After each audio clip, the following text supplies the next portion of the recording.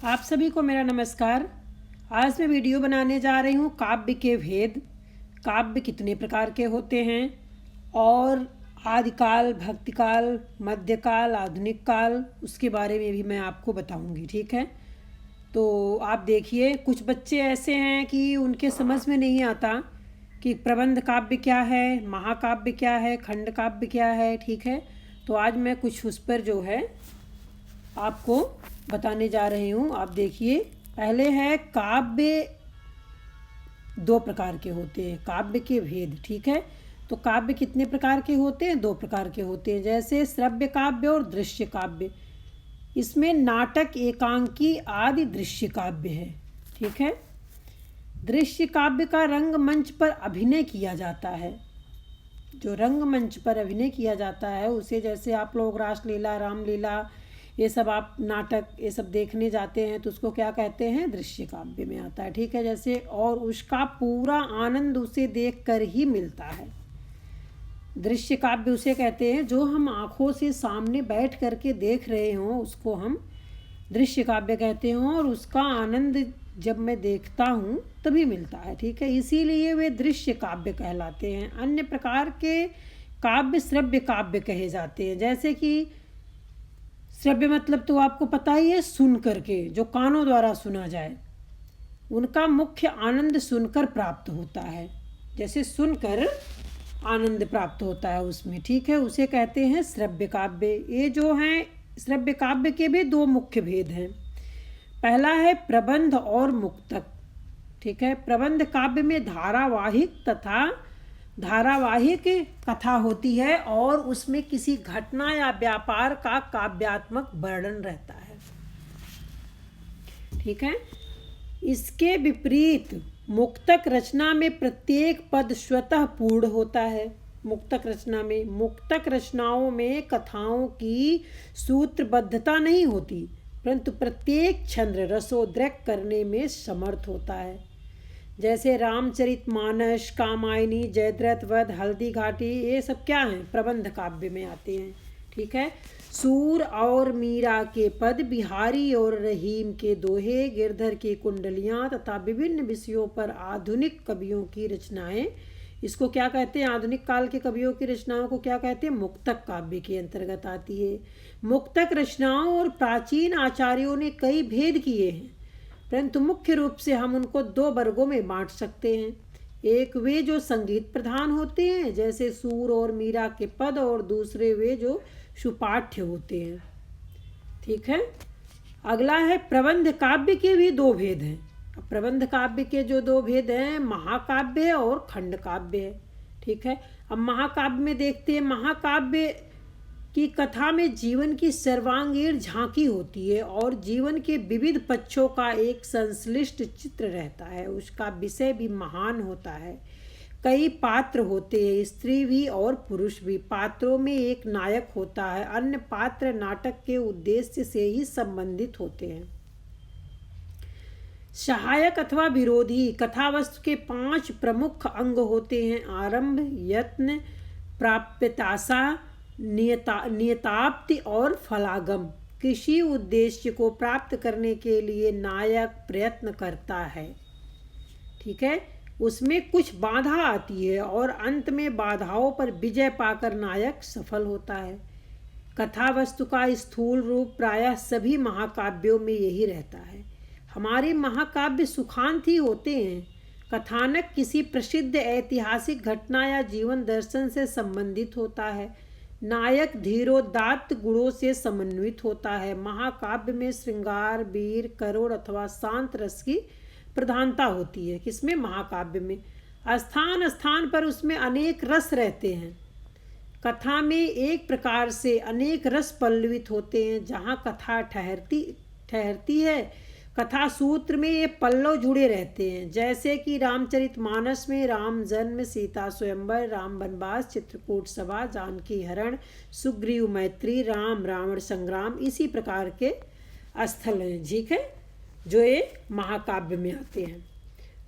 अगला है महाकाव्य प्रायः सर्गों अथवा सोपानों में विभाजित होता है। उसमें वन, पर्वत, वसंत, वर्षा आदि के सुंदर वर्णन रहते हैं। आरंभ में मंगलाचरण होता है। प्रत्येक सर्ग के आरंभ में भी मंगलाचरण हो सकता है। चंद्रवरदाई कृत पृथ्वीराज रासो हिंदी का प्राचीनतम महाकाव्य है।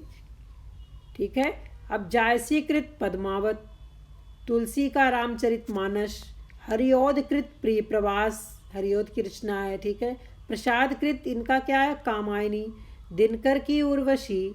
ठीक है। मैथिली शरण गुप्त का साकेत, हिंदी के सब क्या है, प्रमुख महाकाव्य हैं।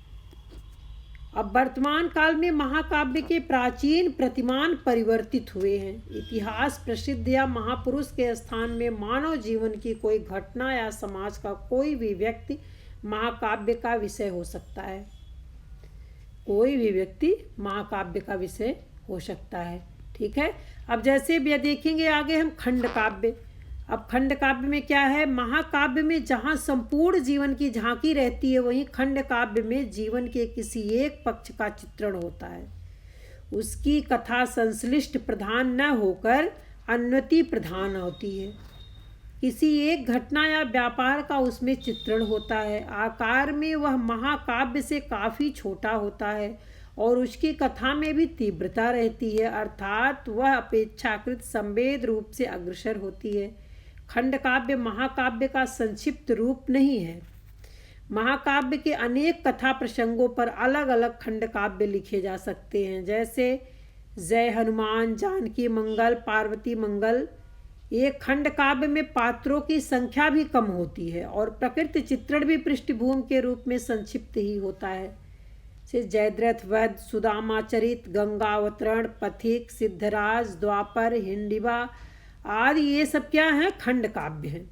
कथा वस्तु की संश्लिष्टता की दृष्टि से महाकाव्य नाटक और उपन्यास के समीप है और खंड काव्य एकांकी तथा कहानी के समीप है।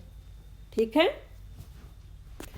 ये महाकाव्य हो गया, खंड काव्य हो गया, उसके बारे में आपको पता चल गया। ठीक है। अब इधर देखते हैं हम मुक्तक किसे कहते हैं। जैसे कि पीछे संकेत आपको दिया गया है, मुक्तक रचनाओं के भी हम दो भेद कर सकते हैं। मुक्तक रचनाओं के दो भेद कर सकते हैं। एक वे जो मुख्य रूप से गेय है, जैसे सूर, मीरा और कबीर के पद अथवा गुरु ग्रंथ साहब के श्लोक। इन रचनाओं में संगीत की प्रधानता होती है और बड़ी ही कोमल और मार्मिक पदावली होती है। गेय पदों के अतिरिक्त विभिन्न विषयों पर लिखी हुई छोटी छोटी विचार प्रधान रचनाएं भी मुक्तक काव्य की श्रेणी में आती है। किसी एक विषय पर 4-6 छंदों का समूह भी मुक्तक की श्रेणी में माना गया है, जैसे रत्नाकर का भीष्माष्टक, पंत जी का पतझड़, निराला जी का भिक्षु, दीन वह तोड़ती पत्थर एवं तार सप्तक की रचनाएं ये मुक्तक श्रेणी में आती हैं। इस प्रकार की मुक्तक रचनाओं में से एक प्रकार का जीवन दर्शन रहता है, जैसे कि बालकृष्ण राव की फिर क्या होगा। इसके बाद में हम अंत में देखते हैं ठीक है अनंत का प्रश्न तत्व, वह फिर क्या होगा इसके बाद। ठीक है। ये जो मैंने आप लोगों को बताया, खंड काव्य, महाकाव्य, मुक्तक, प्रबंध काव्य, श्रव्य काव्य, दृश्य काव्य, ये सब टीजीटी पीजीटी में तो पूछे ही जाएंगे और आपके ये 12th के एग्ज़ाम में ज़रूर से ज़रूर आते हैं। ठीक है। और प्रतियोगी परीक्षाओं में तो पूछे ही जाते हैं। कौन प्रमुख महाकाव्य है, महाकाव्य की कितनी रचनाएं हैं। ठीक है। खंड काव्य की कौन सी प्रमुख रचनाएं हैं, इसके बारे में, मुक्तक काव्य किसे कहते हैं, ये सब आता है। अब आगे देखते हैं हम थोड़ा सा हिंदी काव्य का इतिहास। ठीक है। अब हिंदी काव्य के इतिहास में क्या है, वो किसे कहते हैं, जैसे प्रत्येक भाषा का साहित्य उस भाषा को बोलने वाले समाज का सजीव चित्र होता है, साथ ही वह उस समाज को बदलने और उसको प्रगति की प्रेरणा देने का समर्थ साधन भी होता है। उस समाज को पृष्ठभूमि में रखकर ही उस भाषा के साहित्य के इतिहास का अध्ययन किया जा सकता है। साहित्य की विभिन्न प्रवृत्तियाँ, विभिन्न काव्य धाराएँ एवं विभिन्न युग एक दूसरे पर क्रिया प्रतिक्रिया करते हुए अवच्छिन्न धारा में प्रवाहित होते हैं। काव्य कोई छोटा विषय नहीं है और हिंदी साहित्य का इतिहास कोई छोटा विषय नहीं है। ठीक है। उसको जितने ही गहराई में जाएंगे, आपको कुछ ना कुछ नए नए शब्द रोज आपको मिलेंगे। ठीक है। इसी दृष्टि में हम हिंदी साहित्य के गतिशील रूप का संक्षिप्त सर्वेक्षण इन पंक्तियों में आपको बताएंगे। जैसे हिंदी साहित्य मूलतः खड़ी बोली के परिनिष्ठित रूप का साहित्य है, पर इसकी परिधि में मैथिली, अवधी, ब्रज, राजस्थानी जैसे साहित्यिक बोलियों का साहित्य भी आ जाता है। ये सब भी साहित्य में ही आ जाता है। इन सभी बोलियों में हमें एक जैसी अनुभूति और विचारधारा का साहित्य मिलता है। समय समय पर साहित्य के विषय बदलते रहे और विभिन्न युगों में हिंदी की विभिन्न बोलियां प्रधान रही। वीरगाथा काल में राजस्थानी, पूर्व मध्यकाल में अवधी तथा उत्तर मध्यकाल में ब्रजभाषा की प्रधानता रही। आधुनिक युग मूलतः खड़ी बोली का युग है।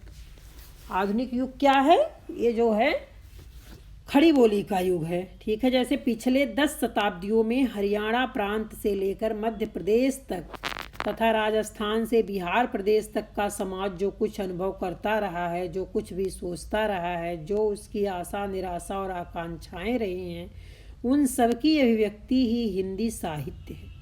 इस साहित्य में भारत की अखंड सामाजिक संस्कृति के साथ ही जनपदीय लोक संस्कृतियों का प्रतिबिंब भी है। आया समझ में? जैसे अन्य भाषाओं की तरह हिंदी का स्वरूप भी परिवर्तित होता रहा है। 7वीं शती के उत्तरार्ध से अपभ्रंश से विकसित होती हुई हिंदी भाषा का साहित्य उपलब्ध होने लगती है। भाषा के स्वरूप में परिवर्तित होने पर हिंदी की आदिकाल में अपभ्रंश साहित्य की प्रवृत्तियां चलती रही हैं। अतः अपभ्रंश साहित्य का सामान्य लेखा जोखा हिंदी साहित्य की गतिविधि समझने के लिए आवश्यक है। अपभ्रंश में साहित्य की बहुविध प्रवृत्तियों के दर्शन होते हैं, जैसे धर्म, श्रृंगार, भक्ति, वीर भावना तथा अनेक प्रकार की रहस्य साधनाएं इस साहित्य के प्रमुख विषय रहे हैं। एक ओर जैन आचार्यों और कवियों का धर्म एवं नीतिपरक साहित्य मिलता है और दूसरी ओर बौद्ध सिद्धों की रहस्यमय एवं गुहा साधना की वाणी, बौद्ध सिद्धों, नाथों एवं जैन आचार्यों की रहस्य गुहा, योग साधना और धार्मिक सिद्धांतों की रचनाएं मूलतः साहित्येतर हैं, पर उस युग के साहित्य को समझने के लिए अपरिहार्य है। नाथ साहित्य में भक्ति का पूर्वाभास भी होने लगता है। इस काल में कविता का प्रवाह अवरुद्ध नहीं था। जैन कवियों की रचनाएं कविता के दृष्टि से उत्कृष्ट है। श्रृंगार रस का अच्छा विरह काव्य भी इस युग में मिलता है।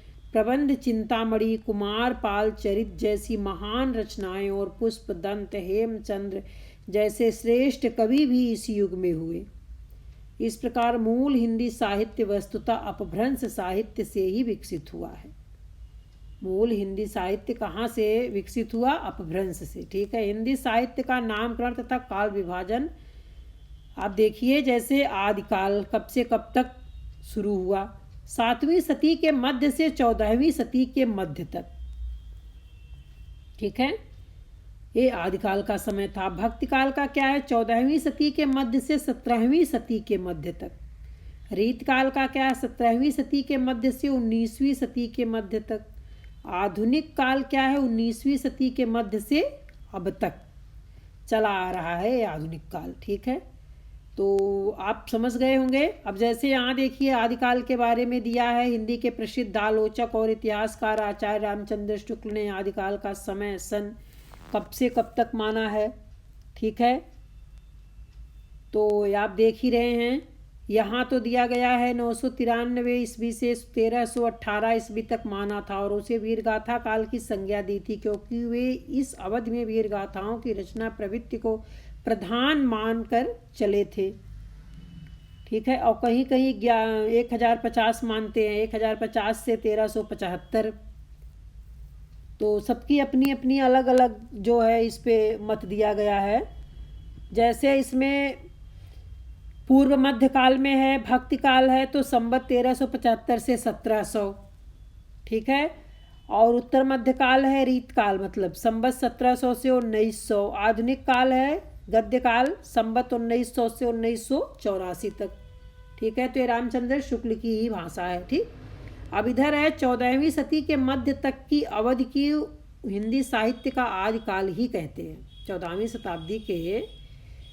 ठीक है, जैसे किंतु परिवर्ती विद्वान क्या मानते हैं? 769 ईस्वी से। ठीक है, 14वीं शताब्दी के मध्य तक की अवधि को हिंदी साहित्य का आदिकाल ही कहते हैं। आदिकाल ऐसा नाम है जिसे किसी न किसी रूप में सभी इतिहासकारों ने स्वीकार किया है। भाषा के दृष्टि से हम इस काल के साहित्य में हिंदी के आदि रूप का बोध पा सकते हैं, तो भाव की दृष्टि से हम इसमें भक्ति काल से आधुनिक काल तक का सभी प्रमुख प्रवृत्तियों के प्रारंभिक बीज खोज सकते हैं।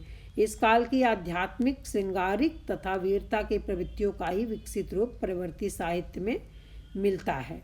ठीक है, जैसे अब यहाँ दिया है, अधिकांश विद्वान हिंदी का प्रथम कवि किसको मानते हैं? सरहपा को मानते हैं, जिनका रचना काल है 769 ईस्वी से प्रारंभ होता है। अतः हिंदी साहित्य के आरंभ की सीमा 8वीं शताब्दी का उत्तरार्ध मानी जाती है। दूसरी ओर विद्यापति को भी आदिकाल के अंतर्गत माना जाता है। इनका रचना काल 1379 ईस्वी से 1418 ईस्वी तक है। इस दृष्टि से आदिकाल की अंतिम सीमा 1418 ईस्वी निर्धारित की जा सकती है, किंतु इसमें भी संदेह नहीं है कि भक्ति काल में जिन प्रवृत्तियों का विकास हुआ उनकी भूमिका विद्यापति के पूर्व ही पूर्ण हो चुकी थी। अतः विद्यापति को भक्ति काल में रखकर 14वीं शताब्दी के मध्य को आदिकाल की अंतिम सीमा मानना ही समीचीन होगा, मानना ही ठीक होगा। ठीक है, जैसे साहित्य मानव समाज की भावात्मक स्थिति और गतिशील चेतना की अभिव्यक्ति है। साहित्य मानव समाज की भावात्मक स्थिति और गतिशील चेतना की अभिव्यक्ति है। इसलिए आदिकालीन साहित्य के इतिहास को समझने के लिए तत्कालीन राजनीतिक, धार्मिक, सामाजिक तथा सांस्कृतिक स्थितियों को जानना अपेक्षित है। जैसे राजनीतिक परिस्थिति, इसमें कौन कौन सी राजनीतिक परिस्थितियां कैसे आई? जैसे हिंदी साहित्य का आदिकाल वर्धन साम्राज्य की समाप्ति के समय से प्रारंभ होता है। अंतिम वर्धन सम्राट हर्षवर्धन के समय से ही सिंध प्रांत पर अरबों के आक्रमण आरंभ हो गए थे। हर्षवर्धन की मृत्यु के बाद भारत की संगठित सत्ता खंड खंड हो गई। तदंतर राजपूत राजा निरंतर युद्धों को आग में जल गए और अंततः एक विशाल इस्लाम साम्राज्य की स्थापना हो गई। ईसा की आदिकाल के बारे में बता रही हूँ, कौन कौन सी राजनीतिक परिस्थितियाँ थी उस समय। ठीक है, ईसा की 8वीं शताब्दी से 15वीं शताब्दी तक के भारतीय इतिहास की राजनीतिक परिस्थिति हिंदू सत्ता के धीरे धीरे क्षय होने लगा था तथा इस्लाम सत्ता के धीरे धीरे उदय होने की कहानी है। आदिकाल के इस बुद्ध प्रभावित जीवन में कहीं भी संतुलन नहीं था। जनता पर विदेशी आक्रांताओं के अत्याचारों के साथ साथ युद्धकामी देशी राजाओं के अत्याचारों का क्रम भी बढ़ता चला जा रहा था। वे परस्पर लड़ने लगे और प्रजा पीड़ित होने लगी, प्रजा परेशान होने लगी और वो बराबर लड़ाई लड़ते रहे। पृथ्वीराज चौहान, जयचंद्र आदि की पारस्परिक लड़ाइयाँ अंतहीन कथा बनती गई। विदेशी शक्तियों के आक्रमण का प्रभाव मुख्यतः पश्चिमी भारत और मध्य प्रदेश पर ही पड़ा था। यही वह क्षेत्र था जहाँ हिंदी भाषा का विकास हो रहा था। अतः इस काल का समस्त हिंदी साहित्य आक्रमण और युद्ध के प्रभावों की मना स्थितियों का प्रतिफलन है। ठीक है, अब जैसे धार्मिक परिस्थिति, अब उस समय की धार्मिक परिस्थिति क्या थी? ईसा की 6वीं शताब्दी तक देश का धार्मिक वातावरण शांत था, किंतु 7वीं शताब्दी के साथ देश की धार्मिक परिस्थितियों में परिवर्तन आरंभ हुआ। इस समय आलमबार और नायंबार संत दक्षिण भारत से उत्तर भारत की ओर धार्मिक आंदोलन लाए। बौद्ध धर्म का पतन प्रारंभ हो गया था। शैव और जैन मत आगे बढ़ने की होड़ में परस्पर टकराने लगे थे। देशव्यापी धार्मिक अशांति के इस काल में बाहरी धर्म इस्लाम का भी प्रवेश हो रहा था। अशिक्षित जनता के समक्ष अनेक धार्मिक राहें बनती जा रही थी। बौद्ध सन्यासी यौगिक चमत्कारों का प्रभाव दिखा रहे थे। वैदिक एवं पौराणिक मतों के समर्थक खंडन मंडन की भूल भुलैयों में पड़े थे। उधर जैन धर्म पौराणिक आख्यानों को नए ढंग से गढ़कर जनता की आस्थाओं पर नया प्रभाव जमा रहा था।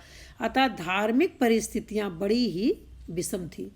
ठीक है, धार्मिक परिस्थितियाँ बहुत ही कठिनाई से जूझ रही थी। जैसे अब सामाजिक परिस्थिति क्या आई ये देख लेते हैं। तत्कालीन राजनीतिक तथा धार्मिक परिस्थितियों का देश की सामाजिक परिस्थितियों पर भी गहरा प्रभाव पड़ रहा था।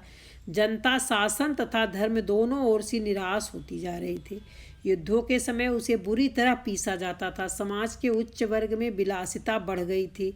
निर्धन वर्ग श्रमिक था, अंधविश्वास जोरों पर था, सांप्रदायिक तनाव बढ़ रहा था, योगियों का गृहस्थों पर आतंक छाया हुआ था, जनता दुर्भिक्ष, युद्ध और महामारियों का निरंतर शिकार हो रही थी। सामाजिक परिस्थिति की इस विषमता में हिंदी के कवियों को जनता की स्थिति के अनुसार काव्य रचना की सामग्री जुटानी पड़ी। अब आ गया सांस्कृतिक परिस्थिति क्या थी उतनी समय। जैसे आदिकाल भारतीय और इस्लाम इन दो संस्कृतियों के संक्रमण एवं ह्रास विकास की गाथा है। इस काल में भारतीय संस्कृति का जो स्वरूप मिलता हो परंपरागत गौरव से विच्छिन्न तथा मुस्लिम संस्कृति के गहरे प्रभाव से निर्मित है। तत्कालीन जनजीवन के स्वरूप में इस संस्कृति की व्यापक छाप मिलती है। उत्सव, मेले, वेशभूषा, आहार, विवाह, मनोरंजन आदि सब में मुस्लिम रंग मिल गया है। संगीत, वास्तु एवं मूर्ति कलाओं की मूल भारतीय परंपरा धीरे धीरे क्षय होती गई थी। ठीक है, क्षय होती गई। अब इधर है साहित्यिक पक्ष। इस काल में साहित्य रचना की 3 धाराएं थी। प्रथम धारा संस्कृत साहित्य की थी, जिसका विकास परंपराबद्ध था। दूसरी धारा का साहित्य प्राकृत एवं अपभ्रंश में लिखा जा रहा था। तीसरी धारा हिंदी भाषा में लिखे जाने वाले साहित्य की थी, जिसमें तत्कालीन परिस्थितियों की प्रतिक्रिया प्रत्यक्ष और परोक्ष रूप से प्रतिबिंबित हो रही थी। ठीक है, अब इधर देखिए क्या है। आदिकाल के साहित्य को निम्नलिखित वर्गों में विभाजित किया जा सकता है। जैसे ये वीडियो आपको देखना इसलिए ज़रूरी है क्योंकि इसमें आदिकाल में क्या हुआ, भक्ति काल में क्या हुआ, मध्यकाल में क्या हुआ, आधुनिक काल में क्या हुआ, ठीक है, रीत काल में क्या हुआ, तो ये सब आपको यहाँ समझने के लिए मिलेगा। ठीक है, अब आगे देखते हैं क्या है। आदिकाल में सिद्ध साहित्य है, जैन साहित्य है, नाथ साहित्य है, रासो साहित्य है, लौकिक साहित्य है। ये 5 वर्गों में विभाजित किया गया है आदिकाल के साहित्य को। ठीक है, अभी उस युग में काव्य रचनाएं प्रबंध तथा मुक्तक दोनों रूप में प्राप्त होती हैं। इसमें प्रबंध और मुक्तक दोनों रूपों में आपको मिलेगा। अब सिद्ध साहित्य में क्या है, बौद्ध धर्म के वज्रयान तत्व का प्रचार करने के लिए सिद्धों ने जो साहित्य लोक भाषा में लिखा वह हिंदी का सिद्ध साहित्य है। इन सिद्धों में सरहपा, सबरपा, लुइपा, डोमभिपा, कड़हपा एवं कुकरिप्पा हिंदी के प्रमुख सिद्ध कवि हैं। सरहपा को हिंदी का प्रथम कवि माना जाता है। इनकी कविता का उदाहरण यहाँ प्रस्तुत हुआ है। जैसे नाद न बिंदु न रवि न सस्य मंडल, चियराउ सहाबे मूकल, अजुरे अजु छाड़ी माँ लेहुरे बंक, नियह बोहैया जाहुरे लांक, हाथ रे कांकाड़ माव लो दापड़, अपड़े आप बुझतु नियमड़। सरहपा की इस कविता से स्पष्ट है कि उस समय अपभ्रंश से हिंदी का विकास होना प्रारंभ हो गया था। अब जैन साहित्य में देखते हैं। जिस प्रकार हिंदी के पूर्वी क्षेत्र में हिंदी कविता के माध्यम से सिद्धों ने बौद्ध धर्म के वज्रयान मत का प्रचार किया, उसी प्रकार पश्चिमी क्षेत्र में जैन साधुओं ने भी अपने मत का प्रचार हिंदी कविता के माध्यम से किया। जैन साहित्य का सबसे अधिक लोकप्रिय रूप रास ग्रंथ है। संस्कृत के रस शब्द को जैन साधुओं ने रास रूप देकर रचना को प्रभावशाली शैली बनाया।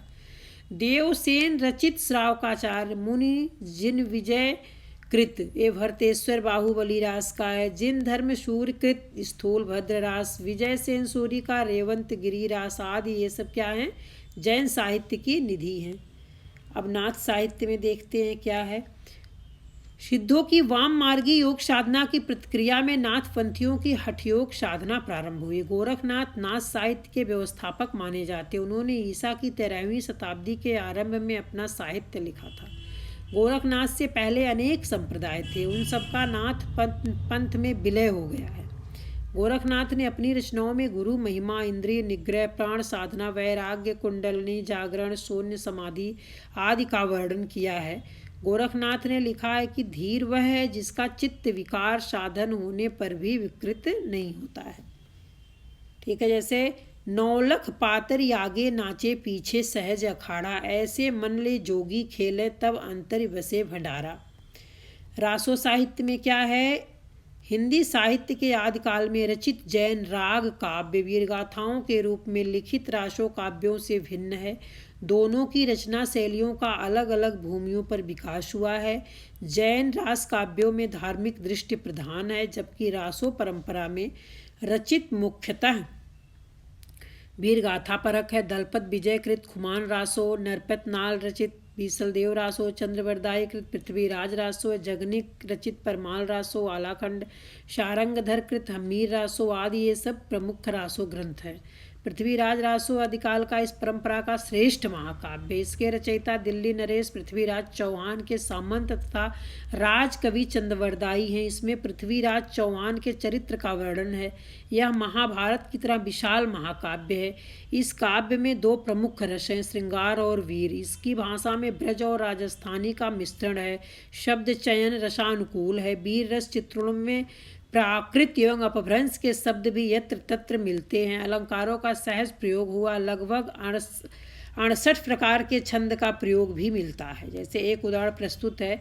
बज्जी घोर निशान रान चहुआन चहु दिशि, शकल शूर सामंत समर बल अंश मंत्र तिसि, उद्दठ राज पृथ्वीराज बाग लग मनहु वीर नट, कढ़त तेग मन वेग लगत मनहु बीज झट घट।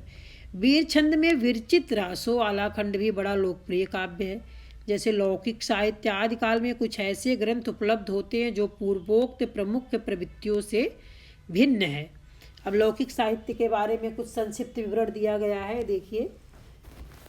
ऐसे सभी उपलब्ध काव्यों को लौकिक साहित्य की सीमा में गिना जाता है। जैसे काव्यों में कुशल रायवाचक कृत, ढोला मारूरा दूहा और खुसरो की पहेलियाँ प्रसिद्ध है। कुछ मुक्तक छंद भी मिलते हैं जो हेमचंद्र के प्रबंध चिंतामणि में संकलित हैं। ठीक है। अब जैसे आदिकाल की प्रमुख प्रवृत्तियाँ हैं जो संक्षेप में इस प्रकार आपके सामने रख रही हूँ। बौद्ध सिद्धों की रचनाओं में एक और गुहा साधनाओं की चर्चा है, दूसरी ओर वर्णाश्रम व्यवस्था का तीव्र विरोध है। जैनाचार्यों की रचनाओं में जीवन की विभिन्न परिस्थितियों के बड़े ही सरस वर्णन है। नैतिक आदर्शों का प्रचार प्रसार है। नाथ संप्रदाय के साधकों की रचनाओं में हठयोग की साधना पद्धति का दर्शन है। तीव्र वैराग्य की भावना जगाई गई है और वर्ण जात के बंधन से ऊपर उठने का आग्रह भी इसमें किया गया नाथ संप्रदाय में। अब रासो साहित्य में क्या है? रासो साहित्य में आश्रयदाताओं के युद्धोत्साह, खेल क्रीड़ा आदि के बड़े सरस वर्णन हैं।